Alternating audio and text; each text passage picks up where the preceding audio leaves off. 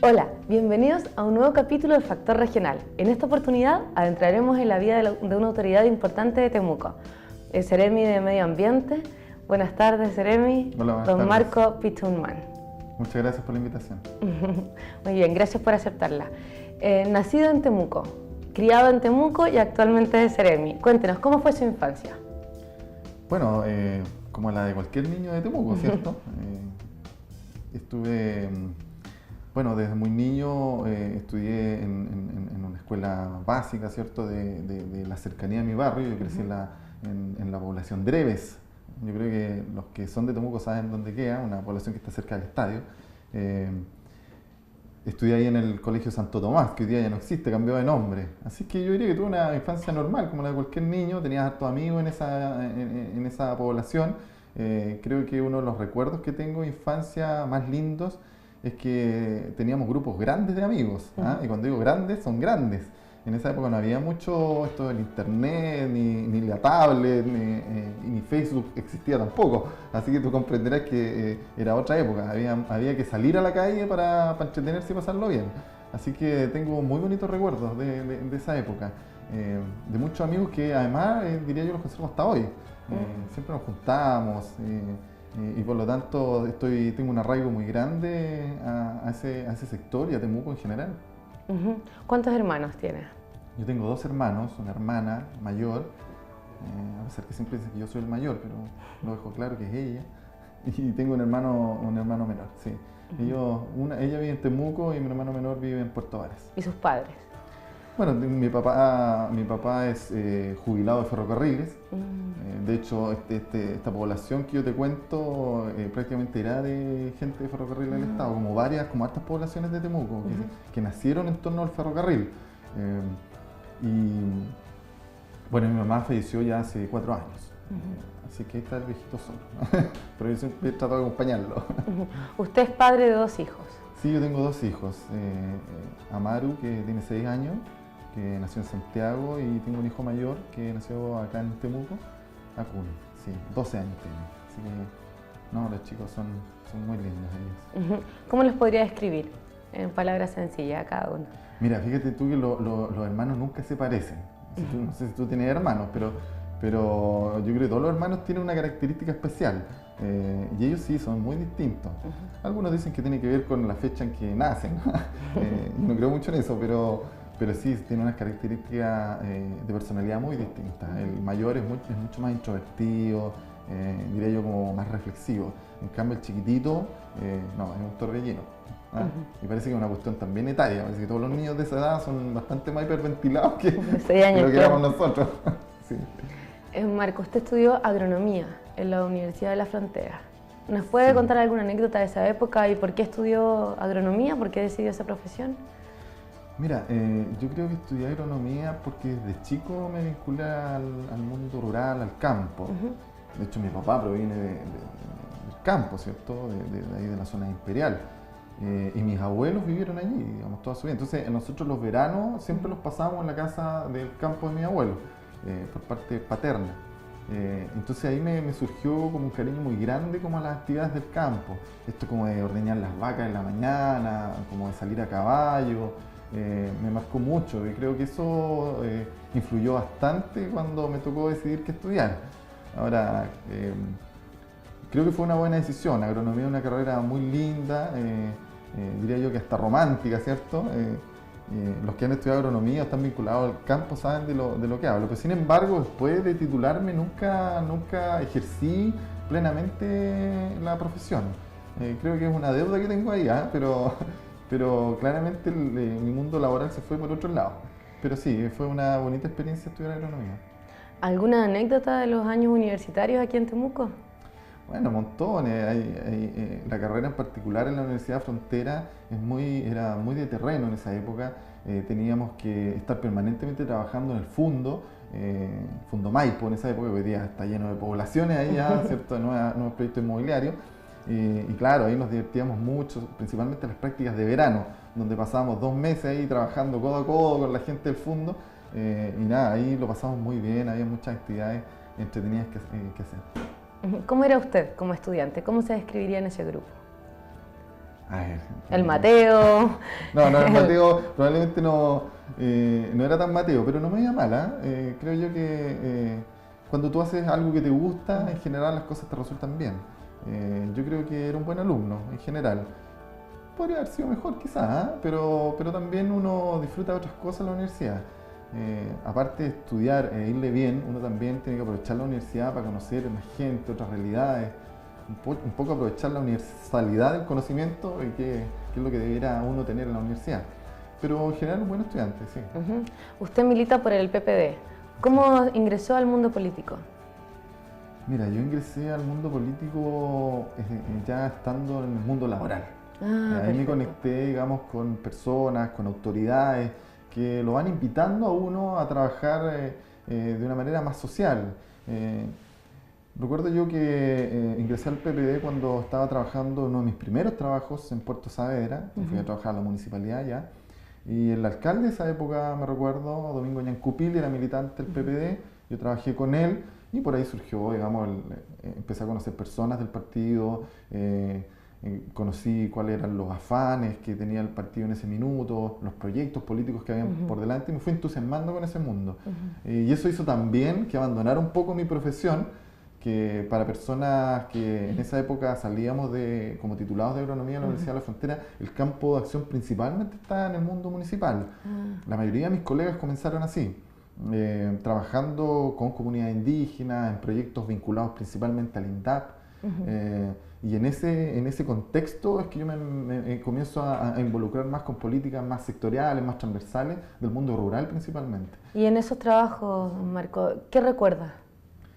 Bueno, yo creo que uno de los recuerdos más marcados que tengo de ese que fue mi primer trabajo es las carencias que se viven en el mundo indígena, en las comunidades principalmente, el sector del lago Budi, que era el lugar donde yo comencé trabajando. Muchas carencias. Y eso hizo que también en mí se despertara un afán que iba más allá de lo agrícola netamente, ¿me fijas? Y ahí me empecé a involucrar en más cosas, en proyectos de por la beta social, digamos. Sí. Y en ese sentido sí. El PPD le acomodaba, por así decirlo, ¿no? Era un... Sí, por cierto, yo creo que ingresar a un partido político tiene que ver mucho también con la apuesta o con las personas que tú conoces allí, de qué manera te acogen, de qué manera te invitan. Y yo me sentí invitado, me sentí acogido por el partido y prueba de ello es que sigo militando hasta el día de hoy. Y de aquellos proyectos en los que usted participó, mencionaba el lago Budi y eso, ¿han tenido buenos frutos hoy en día de los años aquellos? En esa época hicimos hartos proyectos bonitos, algunos salieron antes, otros salieron después. Los proyectos de inversión en general son proyectos de larga data, pero recuerdo con mucho cariño, por ejemplo, la Plaza de Puerto Domínguez, en la que me tocó trabajar intensamente junto a los dirigentes de Puerto Domínguez. Y es un proyecto que está ahí, visible hoy día, y eso para uno es un orgullo, sí, claro. Porque haber participado en ese proceso... Como un hijo más. algo así. Claro. Además que fue un proyecto que tuvo mucha participación social. Aprendí mucho de eso también en aquella época, en involucrar en las decisiones a los dirigentes sociales. No hay que tenerle miedo a eso, los proyectos resultan mejor cuando las personas que van a ser beneficiarias de ese proyecto se involucran. Así que tengo bonitos recuerdos de esa época. ¿Y en esa época usted se proyectaba como Seremi? No, para nada, estábamos hablando de ese, que se llama más de 10 años. Pero sí me proyectaba trabajando en lo público siempre, de hecho siempre lo he hecho así.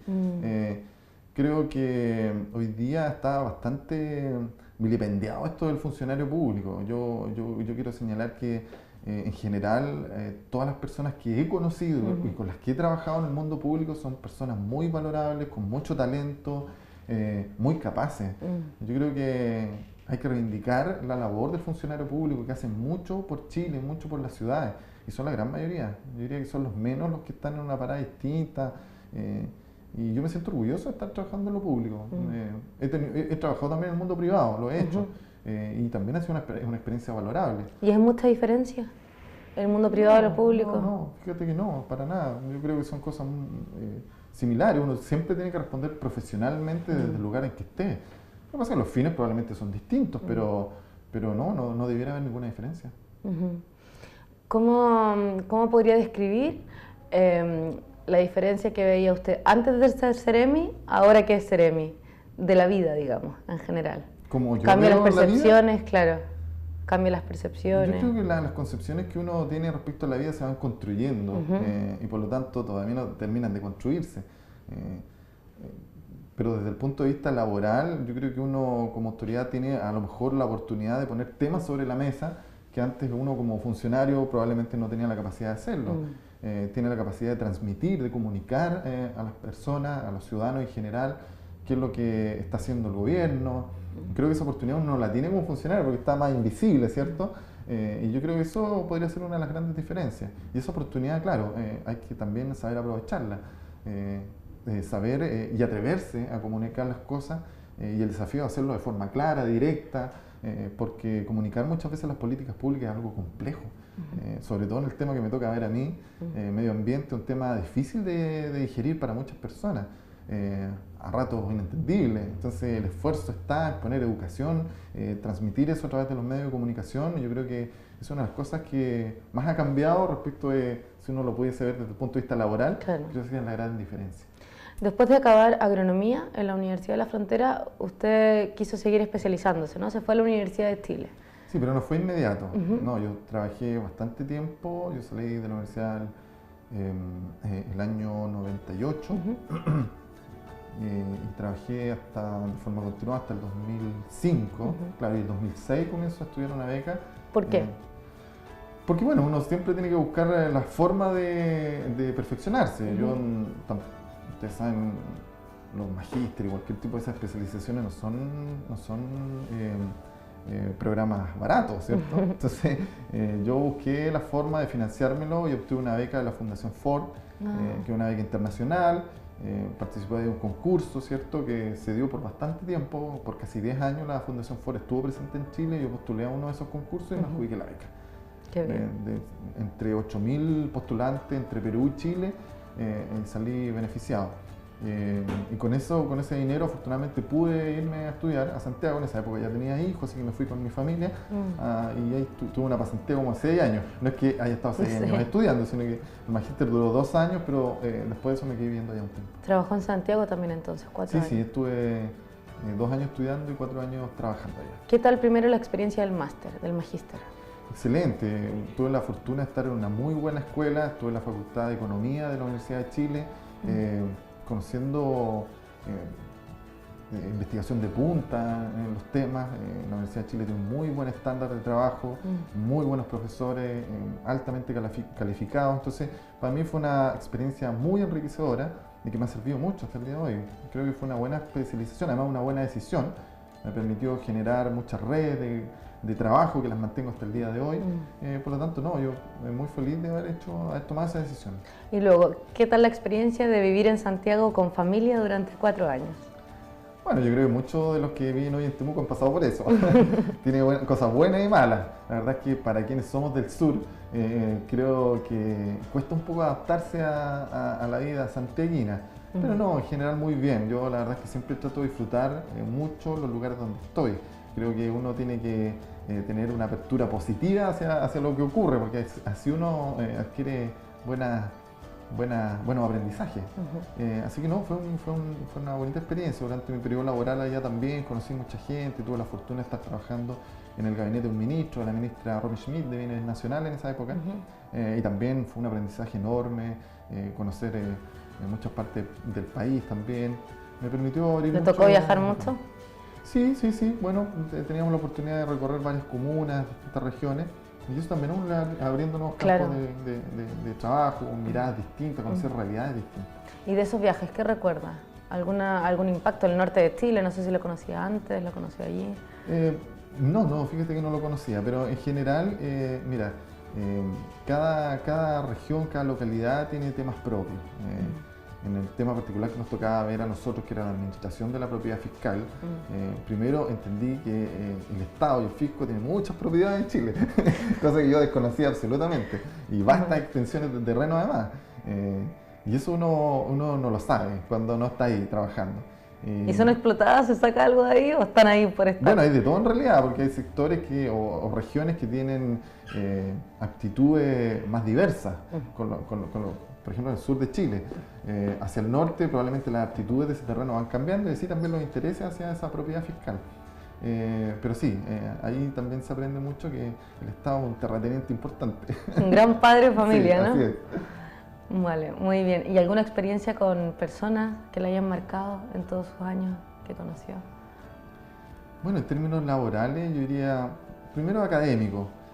Creo que hay personas que sí, por la lucha, por la capacidad de resiliencia que han tenido, me marcó mucho mi profesor de tesis en la Universidad de Chile, Dante Contreras. Él es una persona ¿Qué profesión tenía él? Él es un PhD en economía, pero es una persona que surgió muy de abajo, con una madre soltera, que la verdad es que trabajaba como asesora del hogar, entiendo, y le permitió darle esa educación a su hijo, y hoy día es uno de los grandes referentes a nivel mundial en temas de educación, por ejemplo. Tuve la fortuna de trabajar muy cerca con él, hoy día es director de Codelco, y él me marcó mucho por su trayectoria, por lo que es como persona, una persona muy entregada, muy abierta a entregar su conocimiento. Me sentí muy... Generoso. Por supuesto, yo creo que eso es un gran valor de algunas personas, que no todo el mundo la tiene, y me siento muy identificado con él, porque yo siento que vengo de una familia también, como muchas, donde costaba mucho salir adelante. La mayoría de Chile, o sea que al final es eso. Y eso ha instalado en mí la idea de que con esfuerzo, con mucho esfuerzo, con mucho sacrificio, yo creo que se pueden lograr muchas cosas. Y así, yo creo que en la vida se te van cruzando personas que te van enseñando pequeñas cosas. Yo creo que uno tiene que irlas sumando, tiene que irlas echando a su carpetita, ¿cierto? Y irlas sumando. Ir colando, estas sí, estas no. Por supuesto. Y eso a mí, por ejemplo, ese tipo de cosas me marca mucho. Las historias de esfuerzo y sacrificio creo que representan mucho a la gran mayoría de la gente. Este fue su director de tesina, del máster. ¿Sobre qué fue su tesina de máster? ¿Qué tema? Mira, yo hice un estudio económico sobre la discriminación salarial en Chile. Interesante. Sí, un tema que está desarrollado más bien para el tema de género. Sí, discriminación en qué tipo, hombre-mujer, hay mucha diferencia, digamos. ¿Usted sería como el experto en esa área? No sé si tan experto, pero yo desarrollé esa tecnología económica que hay ahí para aplicarla al tema indígena. Ah, muy bien. Sí. ¿Y qué descubrió? Bueno, la verdad es que no descubrí la pólvora, porque son estudios que ya se vienen reportando en el tiempo. Lo que uno hace más bien es aplicar hacia ciertas poblaciones específicas, ahí se confirma la regla. ¿Y usted en qué población la aplicó? Indígena en general en Chile. Y sí, hay discriminación salarial entre mujeres, hay brechas importantes de salario que no son explicables por ningún otro motivo que por el género, y asimismo hay brechas salariales que no son explicables por ningún otro motivo que por la etnia.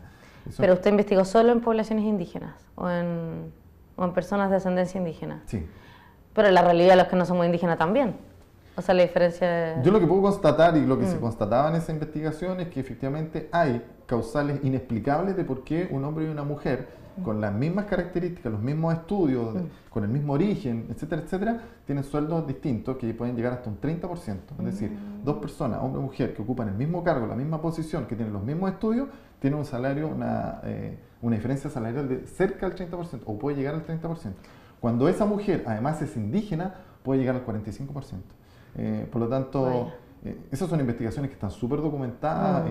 Fundadas, claro. Sí, tienen larga data, digamos, ¿no? Por eso digo, no estoy descubriendo la pólvora. Pero eso pasa en Chile, pasa en muchos países de Latinoamérica, y tiene que ver con los arreglos estructurales, institucionales que nosotros tenemos, que han hecho que hombres y mujeres sean distintos, y eso se acrecienta cuando además viene de un origen indígena.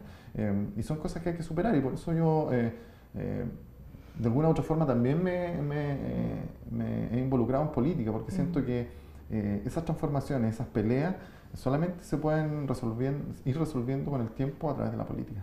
¿Y con ese descubrimiento qué se hace? ¿Qué va a hacer usted con esa no tremenda información, pero es poderosa? Pero mira, si eso lo sabemos, en Chile se sabe hace mucho tiempo, y es por eso que yo también me identifico tanto con el programa y el proyecto de la presidenta Bachelet, porque principalmente allí está como objetivo principal la lucha a la desigualdad. Y no hay otro conglomerado político en Chile que se identifique con esas luchas, y por lo tanto yo de forma natural estoy aquí, en este conglomerado y no en otro, porque siento que hemos sido, en este caso la nueva mayoría, que han puesto esos temas sobre la mesa en la discusión de sociedad, y eso ha venido ocurriendo las últimas décadas. Y ese fue su trabajo de investigación de máster, que dirigió este profesor que dice usted que le marcó mucho. ¿Con qué virtudes y vicios se describiría Marco Pichonman? Una autodescripción, digamos. Wow, eso es más difícil, ¿eh? La verdad es que a cualquier persona le cuesta ser autorreferente en ese tipo de temas, pero a ver, no sé, virtudes. Creo que me motiva mucho trabajar en equipo. Creo que eso me mueve porque cuando uno sale de la universidad, yo creo que uno sale con muchos sueños y al mismo tiempo eso lo marca respecto de su trayectoria laboral. Creo que si saliendo de la universidad yo hubiese instalado inmediatamente en alguna empresa, probablemente hubiese seguido mi carrera allí, pero no fue así. Las circunstancias hicieron que me fuera a este espacio más bien público y allí tuve la oportunidad de trabajar en equipo. Aprendí a hacerlo así y no de otra forma y creo que eso lo he tratado de llevar a la práctica. Con altos y bajos, pero por lo menos esa es mi motivación y siento que eso la gente lo entiende como una virtud. ¿Y cuál era la otra pregunta? ¿Algún vicio, alguna característica negativa, si no quieres decir ningún vicio? Yo puse que vicio no tengo. Cualquier otra cosa puede jugar en mi contra. Pero bueno, ¿alguna debilidad? ¿Los chocolates? No sé. Bueno, ¿qué puede ser como debilidad? Quizás soy un poco distraído a veces, sí. Sobre todo con los nombres de las personas y esas cosas. Sí. Y eso ahora me he dado cuenta que es un defecto importante. Cuando uno a veces no es capaz de retener muchos nombres, eso puede traer una complicación. Un papelito con un lápiz. Sobre todo en política, fíjate tú, porque a veces uno tiene que va a un acto, ¿cierto? Y tiene que saludar a una fila de... Bueno, pero ahí tiene a Verónica, ella es su periodista, para que le apuntale. Hay gente que me ayuda con eso. Claro, un codazo, ¿y cómo se llama? Olvidarse de un nombre puede ser un error político severo, así que ahí trato de ponerle... O cambiar el nombre o el cargo. O peor, no, eso es más grave todavía. Muy bien. ¿Cómo se proyecta actualmente Seremi? ¿A futuro qué? ¿Qué sueños tiene? ¿Profesionales o personales, si quiere? Bueno, personales, yo creo que ser un mejor papá. Ese es mi sueño personal. Sí, bueno, como todos. Los días. Sí. Yo creo que cuando uno tiene hijos, al final todo lo que uno hace o deja de hacer, siempre lo consulta ahí con sus hijos, con su familia. Y respecto más bien de lo público, yo creo que uno en este tipo de cosas lo que tiene que importar primero es hacer bien la pega. Yo creo que nada más tiene sentido si tú haces las cosas mal, ¿cierto? Estas son cosas que se van construyendo un piso tras otro. Por cierto, uno quiere siempre ir avanzando, ir proyectando su trabajo, su carrera en el espacio en que esté. Pero creo yo que para que eso ocurra, primero hay que pensar en el día de hoy y hacer las cosas bien. Y hoy día nuestra meta inmediata es sacar adelante el programa de la presidenta y estamos todos mentalizados en eso. Y eso significa hacerlo bien, que todos los días siempre es un desafío, pero ese desafío tiene que ir acompañado, ¿cierto? O con una motivación de transmitir bien las cosas. Creo que en lo inmediato estoy pensando en eso, estoy concentrado en hacer las cosas bien y que estas políticas que hemos planteado en términos medioambientales se lleven a cabo exitosamente. Es inevitable, Seremi, preguntarle por alguna proyección que tenga específica la Seremi hoy en día en Temuco. Se viene el invierno, usted que está involucrado directamente en lo del medio ambiente, ¿qué sorpresa nos podría adelantar? A ver, sorpresa ninguna, porque lo que nosotros hemos planteado es que tenemos un trabajo de mediano y largo plazo para poder superar los problemas de contaminación del aire que tenemos en Temuco para las casas. En lo que nosotros hemos señalado que aquí no existen soluciones mágicas y por lo tanto el trabajo que tenemos que desarrollar para poder terminar con este problema tiene que ser un trabajo sostenido en el tiempo, sin sorpresas. Y para eso hemos planteado, y así lo ha planteado el programa de gobierno, la elaboración de un nuevo plan de descontaminación. Ese plan de descontaminación contiene dos medidas estructurales principales que dicen relación primero con el aislamiento térmico de vivienda y segundo con un programa de calefacción sustentable, donde pretendemos ir modernizando este parque de estufas que existe en Temuco, que es bastante antiguo. Una pregunta para los televidentes. Para este plan de mejoramiento de las viviendas, de aislamiento, ¿existen subvenciones? ¿Pueden postular algunas ayudas sociales para la gente que no tiene, digamos? Mira, el plan de descontaminación en general es un conjunto de medidas que están alojadas en distintas instituciones públicas. Lo que hace el Ministerio de Medio Ambiente es crear esta normativa es crear este plan y lo ofrece a la comunidad y donde participan, por ejemplo, el Ministerio de Vivienda. Y el Ministerio de Vivienda, pues entonces está a cargo de una de las principales medidas del plan, que es el aislamiento térmico de vivienda. Entonces, las personas tendrían que dirigirse allí a solicitar cierto tipo de ayudas, ¿no? Así es. Y la gente en general, en Temuco y Padre de las Casas, ya sabe eso. Vale. Porque este plan de aislamiento térmico ha venido funcionando desde hace algún tiempo. Lo que ocurre es que hoy día viene con muchos más recursos, viene con metas mucho más ambiciosas, que nos van a permitir, entre otros, recambiar cerca de 40.000 o aislar térmicamente cerca de 40.000 casas en un periodo de 10 años. ¿Sean casas o departamentos? Casas, esto está enfocado principalmente a A viviendas. las casas. Fíjate que esto es así porque el principal problema de Temuco y que origina la contaminación es un problema energético, de eficiencia energética de las viviendas. Hoy día las casas en Temuco, las casas que han sido construidas desde hace 30, 40 años atrás, no cumplen con un estándar térmico mínimo para esta zona. Claro. Es decir, esas casas debieron haberse construido de Copiapó al norte, por decir algo, por poner un ejemplo. Entonces, aunque se calienten, van a perder el calor igual. Van a perder el calor, entonces tienen muy mal estándar térmico. Entonces el problema es energético, tenemos que gastar mucha energía, mucha leña para poder calefaccionar esa vivienda. Y así todo no alcanzamos un confort térmico que nos permita... Se va por las ventanas, se va por debajo de las puertas. Entonces lo que estamos haciendo en Temuco para las casas es quemar plata finalmente. Claro. Vamos echándole plata a la estufa y esa casa nunca va a retener el calor como debiera ser. Entonces ese es el problema central. Y entonces a las personas hay que decirles que se acerquen a la Seremi que se acerquen a la vivienda para este año 2015. Estuvimos hace un par de semanas atrás en el lanzamiento del programa. Se van a entregar cerca de 3.000 subsidios térmicos solamente durante este año. Por lo tanto, hay muchas posibilidades de mejorar la vivienda y no solamente mejorar el estándar térmico, sino que además mejora la plusvalía de su vivienda, el valor de su vivienda, porque va a tener otro estándar y por lo tanto es un beneficio. Va a estar equipada, mejor equipada. Sí, va a estar más abrigadita. Al invierno. Seremi, ¿algún consejo a aquellos chicos y chicas, estudiantes, universitarios o incluso más jóvenes para poder seguir el camino ya sea de la política o tener la aspiración a representar un ministerio, como es su caso? Mira, yo no me atrevería a dar consejos, pero creo yo que no hay muchos secretos cuando uno desarrolla la actividad que le gusta. Yo creo que todo lo demás viene por añadidura.